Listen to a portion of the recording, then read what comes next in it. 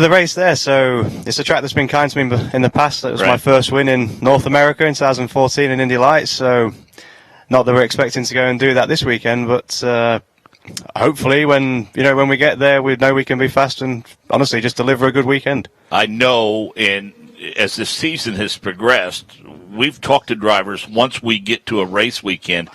And, boy, those that haven't tested at a track are really scratching their head right out of the box. So this is huge for you guys. Honestly, getting to do the tests there before the race is actually massive. And, again, it just allows me to get to the track, get familiar with the car, the circuit again itself. I've not been to Mid-Ohio in a few years. Allows the team and all the guys working on the car, just to get back into that rhythm. It's Michael's home race, so a lot of positive and good things for us there. And if we were going to choose another weekend that we were going to be good, obviously you want to be good at all of them, but a few of them have a bit more of a special atmosphere, and that's certainly one of it for the Meyershank Racing team. I was going to ask you, that's a big weekend for Michael, isn't it? It's a home race for him, essentially. Oh yeah, it's a massive one for him. I mean, I went to when he had his sports car team racing there a few months ago, just the turnout of people that he had for that, and honestly, we're hoping that. For the IndyCar race there, we might have a few more. So this is a very, very big deal for him. I know he's very proud to be there this in a few weekends' time. That'll be cool. So now the changes to the aero kit, the removal of downforce, putting more into the driver's stand, universally applauded during the off-season. Now all of a sudden, there are those that are saying, we need more downforce, we need to bring some of that back. Where does Jack Harvey stand based upon, for instance, your experience at the Indianapolis Motor Speedway?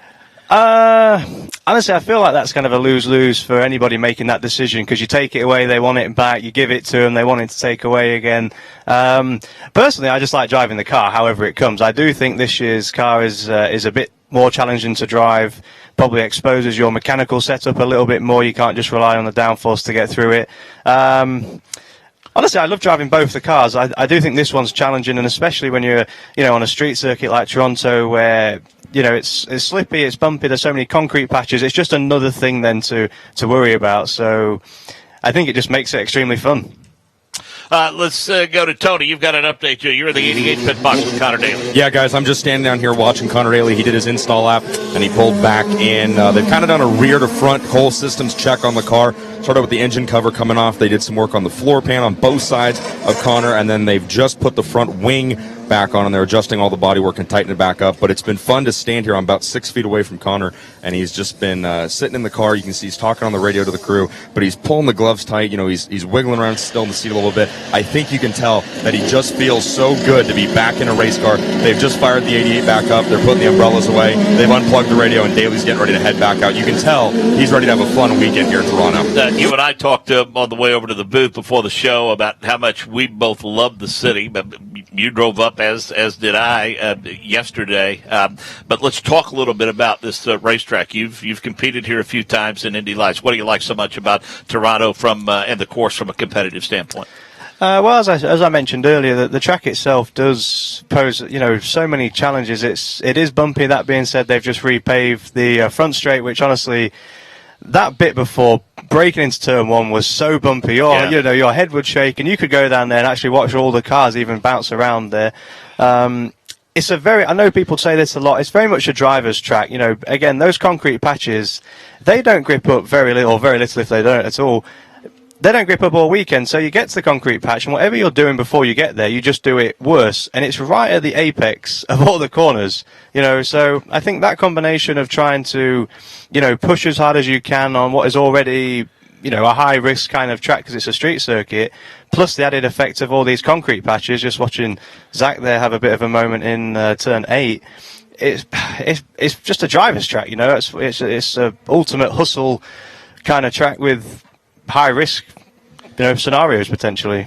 We saw Robert Wickens with full lock also out on the course. So it's we had you in the booth a couple of weeks ago. We talked about this. Some drivers, I remember once upon a time, someone told me that was part of the crew that Rubens Barrichello, for one, when the couple of years the year he spent in the Verizon IndyCar series, he would go out and take just a full-blown lap and then want to know where he was the slowest. And then for the rest of that session, he would attack that corner and get better at that corner. Is that possible, or you just need to try to find balance in a place like Toronto? I would say the first half of the session anyway, I would try to just get a rhythm and, try and get up to speed and feel comfortable and confident. The second half of the session, quite often I would radio into my team and say, okay, which corners are we not very good at? Because even if you're quickest, there's still going to be somewhere you can improve. The interesting thing about Toronto is in a lot of the tracks, in a lot of corners where you find a lot of the time here is on the brakes, but it's such high risk. That being said, they do have some runoff, so I would be expecting to see quite a few people turn 1, turn 3, turn 8 be in that runoff at some point as they start to push the limits of that braking zone. I've always heard that turn 3 can be extremely tricky because that corner, probably more than any other on the course, offers the most pronounced transition from asphalt to concrete back to asphalt, and there's even some paint down there too on the approach, so a lot of factors can affect your grip in that corner. Oh, big time, honestly. And again, you talk about having a concrete patch at exactly the wrong moment. I think turn 3 exposes your mechanical car because, to be really fast, you need to be able to attack the brake, be efficient on the brake, slow the car down as much as you can, hope that the concrete's not going to affect you too badly. And it's a very strong exit there, so you're really asking a lot from the rear tyres and make sure you've got good traction. I think turn 3 is such a tricky corner, and I think if you want to go and watch the cars out there, it'll be quite it'll be quite easy, I should say, to see which cars are fast just purely on that corner, because I think it exposes the car the most. If you can get alongside a car approaching turn 3, are you better to be outside of 3 or to the inside of 3? I think the outside, honestly. Yeah, I would always try and go to the outside because, on the inside, if someone's on the outside, because whatever happens before you get to the concrete patch happens whether it's on the inside or the outside. But if you're already closer to the wall, on the outside, it's just a higher risk kind of scenario. I feel like you can cover there much easier from the inside because you just let the car wash up a little bit. Right. And it's just a safe way of protecting. You go uphill, and there's that little kink in 4, and then you've got that big pronounced left-hander in 5. If you can get, it would seem to me like if you can get to the outside of 3, you almost pinch the car next to you into a situation where they gotta let up, right? You can do. Yeah, I think you definitely can do. You see that. It's a lot of respect between drivers when you get to that point because people might not think it, but that kink in turn 4, it's a pretty aggressive little kink sometimes, right, especially if you've got issues. So then having somebody right next to you, you know about it, and you put a lot of trust in that person on your left or your right-hand side. Right. Yeah, it's fun to watch that area, that race course. He's stepped out of the race car. He's back on the pit box, though, wearing the owner's hat this weekend. Talking about Ed Carpenter, Nick Yeoman's caught up with it. That's right, on the pit box for Jordan King, and, of course, the co-owner the car owner, I should say, for Spencer Pigot. Let's talk about Iowa. How impressed were you with the run for Spencer, his first career podium? He did a good job. He really drove a smart race in what was tough conditions and managed all of it very well. I was really happy to see one of the cars on the podium, and especially for him to get a breakthrough run. He needed that. Hopefully we'll be able to carry the momentum over to this weekend. Now, you never like to spin in the last 10 laps of a race, but it's not lost on you how much that benefited your driver, right? Yeah, it helped Spencer, helped Takuma. I lost a spot, but definitely could have been a lot worse. Final thing, as we ease into the final third of the season, what's your thoughts on Jordan King and the evaluation process for the 20 group? I think he's doing a good job.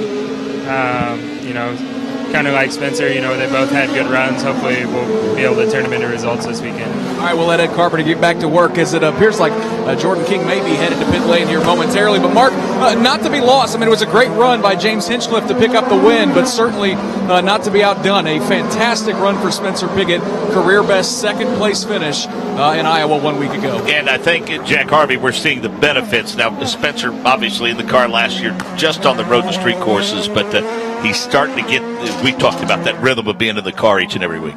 Oh, definitely. I think Iowa was a really great race for Spencer. He drove a fantastic race. He was smart, he was sensible, and he looked like a veteran driver and, took a career best and, thoroughly deserved it. I think Ed is doing a great thing. I think, honestly, they're getting people in the car on the straight and the road courses, and then when he feels like they're ready, they get to the ovals. And Spencer's got a little bit of oval experience from Indy Lights and the 500 and whatnot, but if I was Spencer, I'd be taking Ed out for a steak dinner at some point, saying thanks for sticking with it for 2 years now, nearly. So preparations continue for Sunday's race. Ed Jones currently Atop the chart, Rossi, Wickens, Hunter Ray, Sato, the top 5. Kanad, Dixon, Pagano, Ray Hall, and Newgarden. Everyone has turned at least a handful of laps here on the streets of Toronto. Firestone presents Legendary Drives. The scariest thing in sports is a left turn taking it over 220 miles an hour. Turn 1 at the Indy 500 demands everything a tire's got, putting 2.5 G's on them for 4 seconds. Once it's over, they only have to do it 199 more times. And if Firestone tires are so dependable they can handle turn 1, they'll handle any turn you need to make. Whatever you drive, drive a Firestone, the tire that drives IndyCar legends. Plan your racing road trip to St. Louis for Verizon IndyCar Series weekend at Gateway Motorsports Park. Coors Light Pole Night on Friday features qualifying in the first ever appearance by the NASCAR K&N Pro Series. Saturday is action-packed all day long with the Rumble Before the Roar pre-race party and the amazing Bommarito Automotive Group 500. Get your tickets now at GatewayMSP.com. August 24th and 25th. Brought to you in part by the Illinois Self Tourism and the Office of Illinois Tourism. The last oval race of 2018 will be incredible. The party at Gateway will be spectacular. From the Firestone broadcast booth in Toronto, this is the Verizon IndyCar Series. Alexander Rossi goes to P1. Jones, Dixon, Hunter Ray, Ray Hall the top 5. Sato, Kanaan, Andretti, Wickens, and Power the top 10. Pagano, Newgarden, Pickett, Kimball, and Lace through 15. Then Veach, Chilton, Binder, King, and Bourdais through 20th. Clayman DeMello, Daly in the 88 this weekend, and James Hinchcliffe complete. The 23 cars entered this weekend. Okay, Jack, it's been interesting to me. First of all, I love the qualifying format on road and street courses. I think the knockout qualifying of the Firestone Fast Six is Ryan Hunter Ray visits the outside retaining wall as he comes off of turn number 3. Not the first to do that, won't be the last this weekend for sure. But Jack, it's interesting as our pit guys talk to drivers. Those that don't get out of round 1 and 2 are almost despondent. However, the optimism grows as the session progresses, and we've even seen, speaking of Connor Daly, when he ran for Dale Coyne, that Dale's used the philosophy, let's just get into the round of 12. Let's manage reds throughout the weekend, get into the round of 12. There's no question that changes your perception and your perspective preparing for the race. Yeah, just looking at Ryan, I mean, I think he whitewalled there. I mean, Yep. It looks exactly like he did. And it does, I mean, I think based off of how your practice session goes, you kind of head into, it actually just come into the pits as well. Yep. Based off of practice, you start to get a good feeling of where you think you may be, in qualifying. And certainly our goal every weekend, or, what we aim to, what we would class as a good weekend, would be to get into the top 12. And then I think at that point, you do try and manage the reds the best you can. And the thing is, if you just get into the top 12, you don't know what's going to happen. The opportunity to then break into the Fast Six, it's there, but you have to be there in order to take the opportunities. So the goal for everybody, of course, but I think sometimes you see people sometimes go 2 sets of reds, or they go 1 set of blacks and then reds. It's interesting to see how people use that tyre strategy for qualifying on the race. More on that in just a moment, but first, Ryan Hunter Ray has returned to pit road, and Nick Yeoman is there. Yep, that DHL Honda kind of wobbled back to pit lane. The crew pouring over the left rear right now. They took that left rear tire off, and as Jack talked about it, definitely whitewalled it, rubbed the Firestone writing off the outside of the tire, and now the team is kind of taking apart the rear end housing to look to see if any of those A-arms and control arms might be bent. It does look like, there is a pretty significant suspension piece connected to that rear end housing that is bent upwards for Ryan Hunter Ray. So I imagine this 28 car probably going to sit on pit lane for a little while. Didn't look like he made any contact with the left front. In fact, there's nobody looking at that left front tire, but it is left rear suspension damage for Ryan Hunter Ray and that DHL Honda, guys. How heavily is the driver involved in terms of planning what the focus and direction is for each session throughout the course of the weekend? The novice might think you're just out there running laps, trying to go as fast as you can, but there's a fair amount of planning done before you get here. How much is a driver involved in that process? Oh, massively. Honestly, I think everybody as a team comes together, and you have your goals for the session in terms of what you want to try driving-wise. If there's different driving lines you want to take. Oh, it looks like we've got somebody in the runoff there. Yep, that's the 19 of Zachary Clayman DeMello running here in front of his home country of Canada. He gets into that runoff area. Looks like turn number 3. So Zachary Clayman DeMello well off of turn number 3, but looks like he might have made some contact there with the left front of that race car. And he's well out of harm's way, past the tire barrier, past the apex of that turn. So we'll keep an eye on that. Zachary Clayman DeMello, probably just a local flag in that area, if one at all, since he's well into the runoff. As it looks like they're getting him on the quick jack, getting him going the right direction. Jack, I'm eyeballing. It doesn't look like a lot of damage on that car. Maybe just light contact.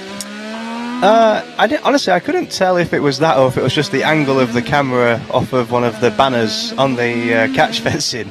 Honestly, I couldn't really get a good view of it, but yeah, he looks like he got back under full speed pretty quickly. So yeah, we'll keep an eye on that, get an update on Zachary Clayman DeMello when he arrives. So again, back to strategic planning for the course of the weekend. Yeah, I think driver and team together discuss the goals of the session, basically, whether it's setup related, if it's driving related. Often it's, of course, both. I guess some of it depends. A lot of it, once you've done your run on reds after practice 2, I think at that point you go into practice 3 and you really know what exactly you're going to be targeted, and it gives you a very good clear path for practice 3 and for qualifying and exactly what direction you want to go. I think before the weekend, I think you have to get the first session kind of out of the way, see what you've got, settle into the weekend, and then honestly try and progress from there wherever that starting point is. So last weekend, pretty daunting because you had one practice session, then you went qualifying. I mean, that's a pretty quick turnaround. Oh, mate, it's massive turnaround when it's something like that. It's tough for everybody, and that's when you hope that you just unload straight off the truck, straight onto the track, and you're fast. Honestly, that's when that would be a dream scenario in that situation, because when you've got no time to fix it, you just go with the best you've got, and sometimes that's a terrible feeling. The day first, interesting to note, if we go back and spend a few more moments on Iowa, as Scott Dixon now goes to P1, followed by Marco, Rossi, Ray Hall, and Ed Jones. It was just amazing to me to see some of the championship contenders and how quickly some of them went a lap or two down to that race. I mean, we got into traffic, I think, about 10 to 15 laps into that race, and there was at one point where I think only the top 5 happened to be on the lead lap at the time, at about the midway point of the race. I tell you, it was so much fun to watch that race play out, and I would love to be the guy that was figuring this out, but it was over 900 passes during the course of that event on Sunday, and part of that, I mean, that's not a made-up number. That's some tricked-up number. There were that many. Part of that was due to the layout of the track and the fact that there were 2 racing grooves. Imagine if there were 2 grooves at a track like Phoenix, ISM Raceway. We could have potentially that sort of same scenario there. But it was quick, fun to watch, and can't wait to go back again next year. Although I'm hearing now that it might be back to a Saturday night race, which might make you happy. Is that? I think you could go to Vegas with those odds as it stands right now. I think you would. I think you would like the end result, and I mean that's Saturday night short track racing. Let's face it, David Hyatt, the president, said that there are more racetracks per square mile per capita in the state of Iowa than any other state in the country. So that is Saturday night short track heaven, if you will. And we saw some massive crowds there when it was on a Saturday night prior to. There's a lot of advantages to it. It builds you in a rain date for sure. Right. Allows people from the Midwest, Indiana, Illinois, Michigan, Kentucky an opportunity to get there and still be able to get back and get to work on Monday. Yep. So, I think a lot of folks would universally applaud that move. And plus, not to mention the fact our cars look very, very cool under the lights, for sure. Just ask the folks at Gateway. Yeah, contact by Alexander Rossi in the 27, but he was able to get back underway, and but we can see that certainly this place is throwing a bit of a curveball to some very experienced drivers, as you alluded to earlier. Always. The thing is, when you've got the experience, I think the difference is you just go out and attack a little bit harder because you know what to expect. The rookies don't know what to expect and sometimes make a mistake. For that reason, the veterans go out and they know what to expect, but they're just driving to the limit that much. I actually thought I saw it. It looked like he was crabbing a little bit on the front straight, and now we know why. But such a fine line between white walling the tyre and actually doing damage. So, yeah, not exactly sure where we draw the line on that sometimes. Total Links at a premium right now for Andretti Autosport, man. Yeah, the 27 machine comes to pit road, and Nick Yeoman, you've probably been a little busier talking about bumps with the wall than you'd like to be at this point. Yeah, this has not been a great session so far for Andretti Autosport. It was the left rear damage for Ryan Hunter-Ray. This time for Alexander Rossi, it appears to be the right rear. In fact, that right rear tire looked like it was pushed in a couple extra inches as he caught the side of that wall pretty severe. As those joining us online are getting to see a replay, it was right there at pit exit, and he caught the right rear tire. So they've got both rear tires off. They're going to look at that rear end housing, and again, another situation where you got a white-walled tire, a right rear for Alexander Rossi, as they will look for bent suspension pieces. We talked about Ryan Hunter-Ray, who was caught up in an incident earlier. That DHL car still sits on pit lane. So not been a great opening session so far, Mark Janes, for the Andretti boys. And Tony Laporta, we had an issue involving Zachary Clayman DeMello. Any damage on that race car, or did he just overshoot turn 3? Yeah, guys, I think he just overshot the corner, honestly, and hit that runoff room because he's sitting in the box right now. The team called him on the radio for fuel. They're doing a once-over. They've probably got 7 guys over the wall right now taking a look at it, but they're really just, they're not going to work on anything. No body work has even come off of the car yet. They're spending a little bit of time at the right rear, but honestly, they're wiping off suspension pieces, and doesn't seem to be any significant damage of note. On the 19 right now, they're just filling it up, and I think getting ready to take another shot at it here in practice number 1. Interesting to note, Dave, that over the course of time, we have seen this initial practice session at a race weekend. Sometimes on these road and street courses, we don't have a lot of takers right away. That's not the case today. Almost, Dave, from the time the green flag flew. I mean, we're getting teams with a lot of laps, and I think the fewest have been turned in by Will Power at 6, but some are as high as 15 to 17 at this point. Yeah, the folks at Firestone, they'll provide an extra set of tires for the rookies and those 10th on back in points. And some of those guys up front, Scott Dixon, Tony Kanaan, they waited a little bit at the beginning to take to this road course. 11 turn, 1.7 miles in length here in the streets of Toronto. 34th time that IndyCar has been coming here. Of course, you go back, Mark Janes, very first time was back in 1986. A guy by the name of Bobby Rahal won here on the streets of Toronto, and worked out pretty well for Bobby as continued his career on. Now, of course, he's on the pit box for Takuma Sato. Sato had a nice run at Iowa last week as well. So I love coming to this area.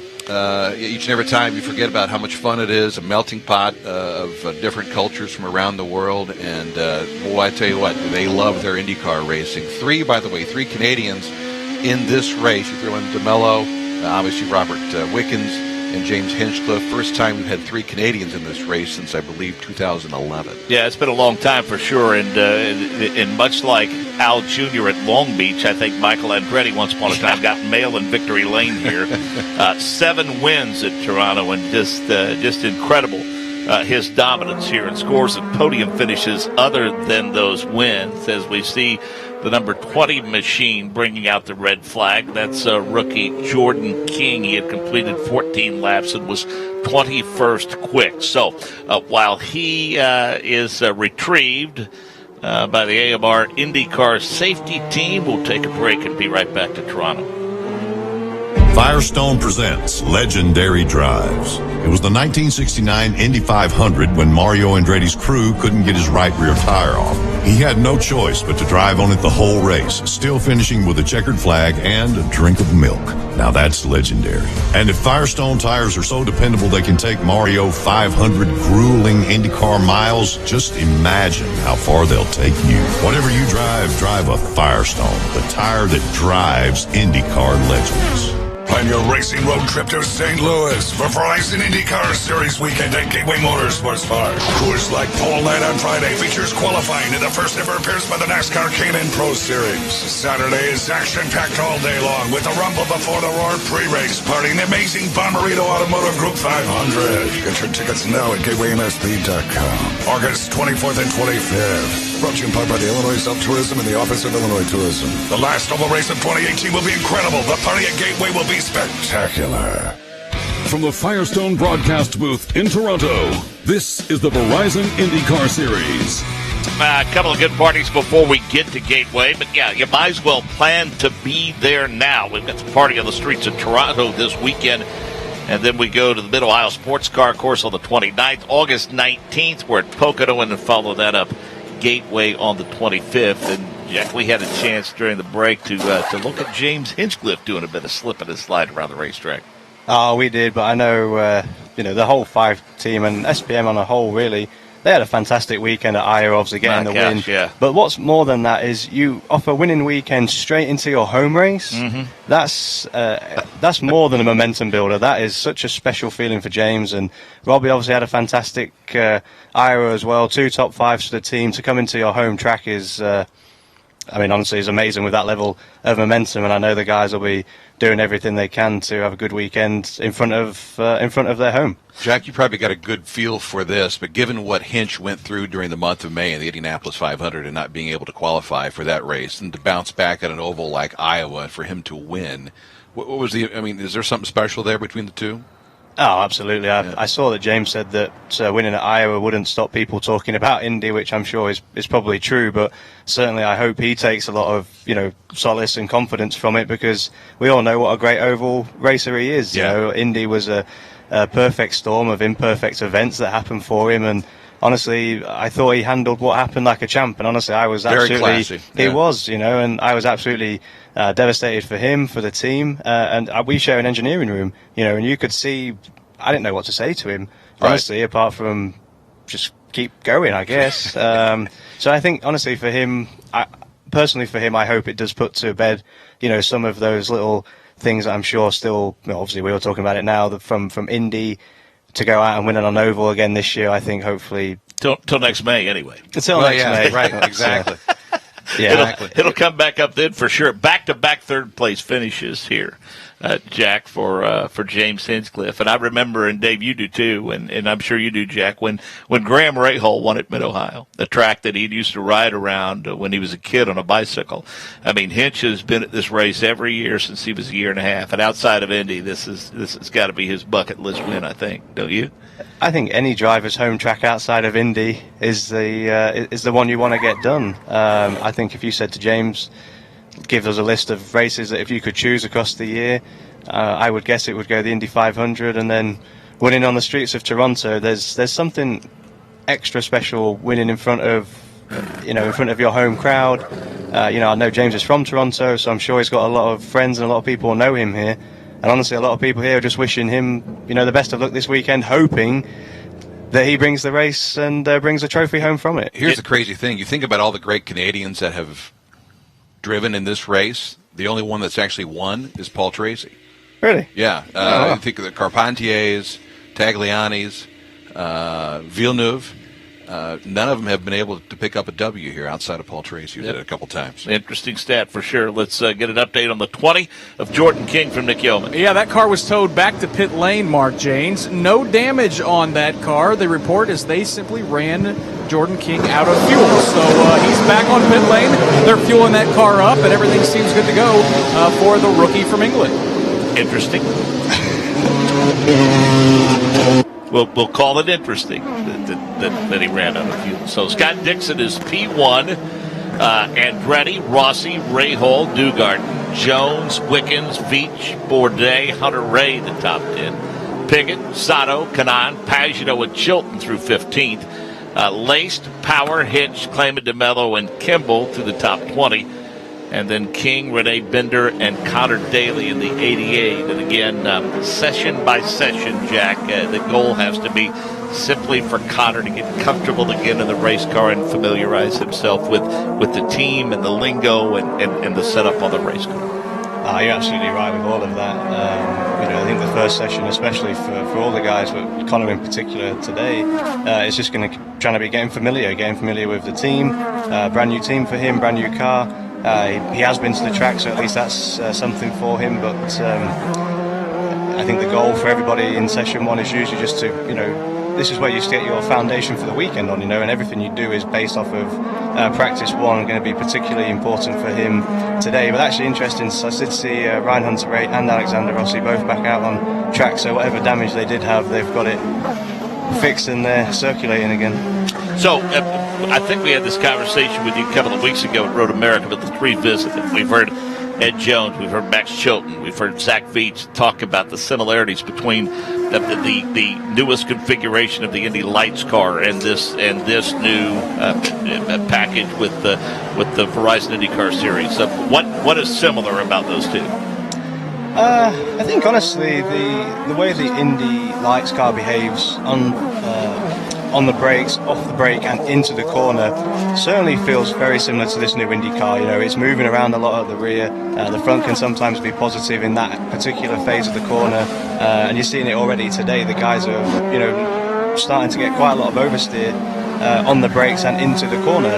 Separate problems actually in the corner, but I think you're seeing that, and certainly I'm feeling pretty happy that we managed to do Indy Lights, because that was quite good preparation for moving into a category which has more horsepower, still has more downforce, but in terms of mechanical feeling in the car, a pretty mechanical similar thing. And again, it was massive in terms of development, because, you know, the conversation we had with you years ago in the Transporter, your first year in Indy Lights, when the move was made to the engine and chassis configuration, they now have an Indy Lights. At that time, your first year, there was nothing to be gained by spending more than 1 year in Indy Lights. But now that you have this new chassis and engine setup, it makes sense, I think. Now, does it not?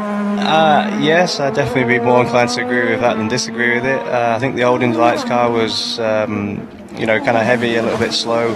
But the new car, honestly, is just a lot closer to what IndyCar is now.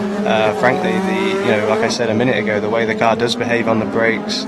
Honestly, I think how the racing is playing out right now as well on the ovals for Indy Lights, I think all of it is good preparation. So I think Indy Lights have made themselves a very relevant car again for, hopefully, if you come to North America, you go through the Mazda Road to Indy program and ladder.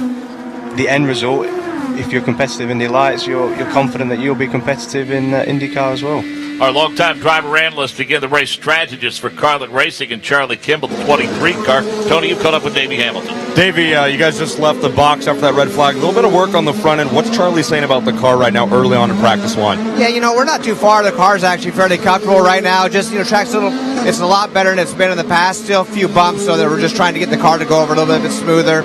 So, you know, good start. The track's going to get a lot faster as we go here, so just kind of feeling our way through it. All right, thanks so much, Davey. Again, that's Davey Hamilton on the 23. Charlie Kimball spent a little bit of extra time in the box after the red flag was lifted, guys, but he's back on track right now, and Davey seems to think the track's going to come to them as the weekend progresses here in Toronto. Well, the Mazda Road to Indy on display this weekend, Jack, in addition to a couple of other series. So how much is this track going to grip up over the course of the weekend?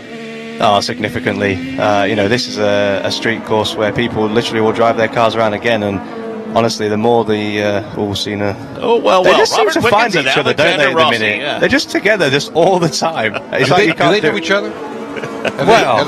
They're just always together on track. I don't know exactly what happens, and I'm sure this will be a talking point. Oh, wow. Oh, boy. Yeah. I saw Robbie's finger go straight to the radio button there to probably call that in. But yeah, I think the track evolution is going to be big here, and it can change the setup of the car. And honestly, that's one of the things that you're also mindful of. You maybe don't want your best car, you know, in practice one, but if you're a little bit free, sometimes the grip's going to come to you. It's going to probably give you an ideal balance. So I think the key is sometimes not overreacting as the track gets quicker. I guess we haven't discussed this much, but I don't remember the last time where any of our drivers expressed concern over the compatibility of tire compounds between the Cooper tires and the Indy Lights and the Firestone Firehawks. They seem to match up pretty well. Yeah, I mean, every good experience I've had on tires, you know, I've raced on Cooper tires for a long time. Even when I was in Europe doing Formula 3, I raced on Cooper tires, and I think honestly the transition from those into Firestones have been fantastic. I actually never drove on the Firestone when they were in Indy Lights, but you know, had great experience with them since I've been in the Verizon IndyCar series. So I think every major tire manufacturer that I've driven on, whether it's Coopers or whether it's Firestones, have honestly been fantastic, and honestly great to work with. You know, really great people there. boy, in the past, sometimes in the old IRL days, they'd run racetracks with things like modifieds and USAC cars. They said those rubbers aren't compatible. And you can certainly tell once you got out onto the race course. So with just a couple of minutes remaining in the session, I want to give you the schedule for the rest of this day. The Indy Lights presented by Cooper Tire will take to the track at 1:30 Eastern this afternoon. Then a final IndyCar Series practice session of the day at 2:30 this afternoon. So, Dave, first, there's going to be plenty of time for the debrief to get ready for that second session this afternoon.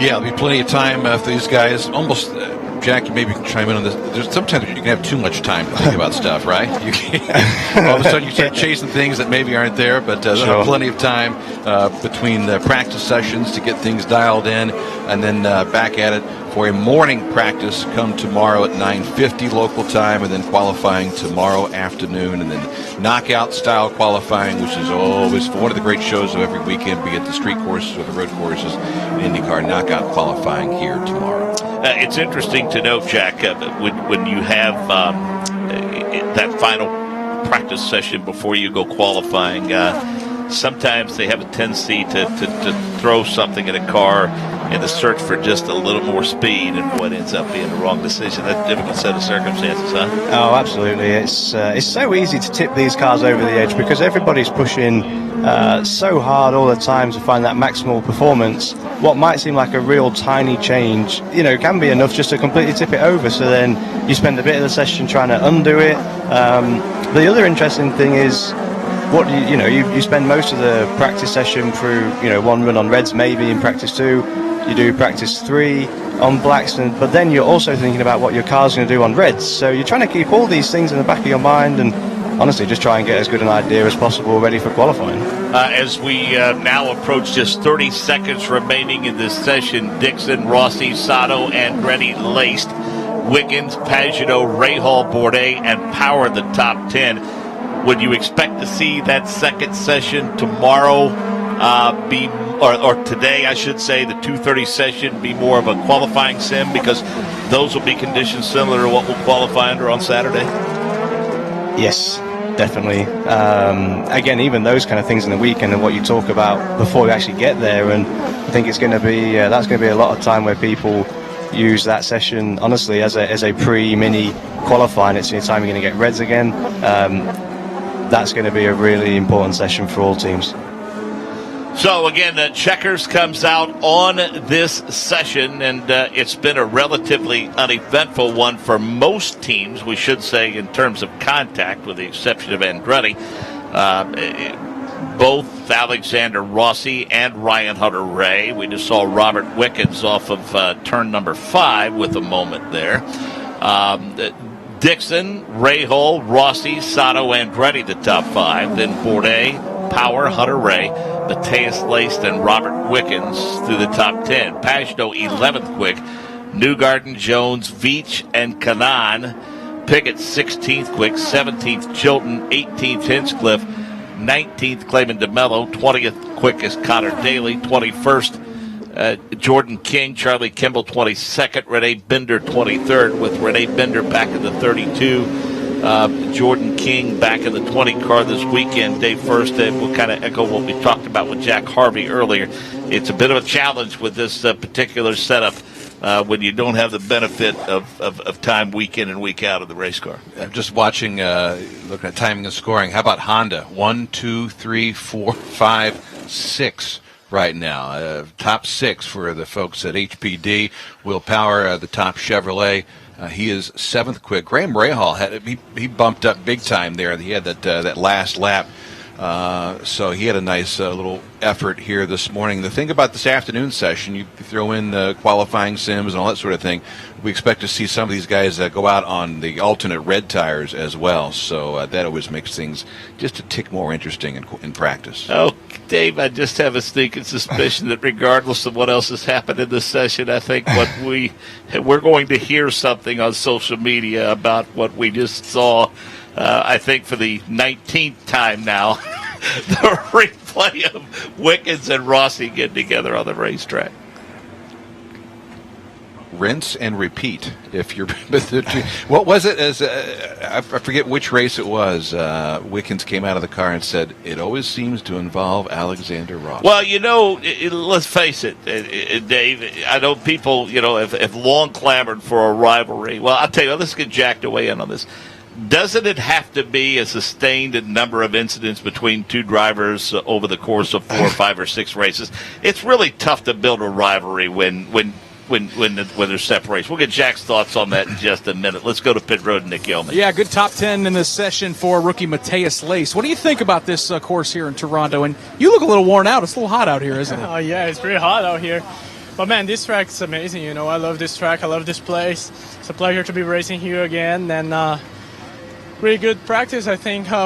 Finished 9th. I'm not sure, but, good stuff. And looking forward to the weekend now. I think we might have a great car here, and looking forward to a top 10 finish. All right, nice job by the rookie from Brazil. He was correct. 9th quick, second fastest Chevrolet for Matthias Lace. So, Jack, your thoughts on building a rivalry here in the Verizon IndyCar Series and what that would take?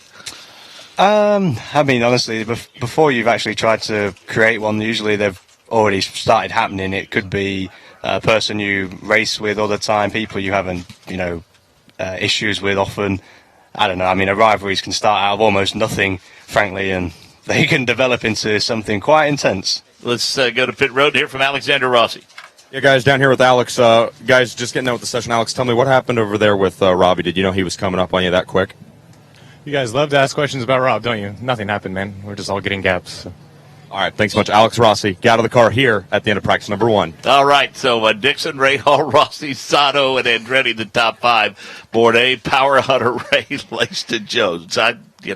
So just that quick, huh? He pours water on that in a hurry. That's just kind of what we were talking about. So, Jack, again, happy to have you with us. I think you're going to join us for the first session tomorrow. Is that correct? I hope so, yeah. That'll be great. Yeah, we look forward to it. Thanks for the time, for sure. We know that you'll be busy in the paddock with your race team. And Dave First, thanks for your contributions, as always. And Nick Yeoman, Tony Laporta, great job on pit road, as always. Up next, Indy Lights practice session number 1 at 1:30 Eastern. The director of the Advanced Auto Parts IndyCar Radio Network is Wally Levitt. On-site engineering and production by Rick Evans. I'm Mark James. So long for now from the streets of Toronto. This is the Verizon IndyCar Series on the Advanced Auto Parts IndyCar Radio Network. A.J. Foyt down the main straightaway. The checkered flag is out. A.J.'s hand in the air. He is the winner. A.J. Foyt at Indianapolis has won his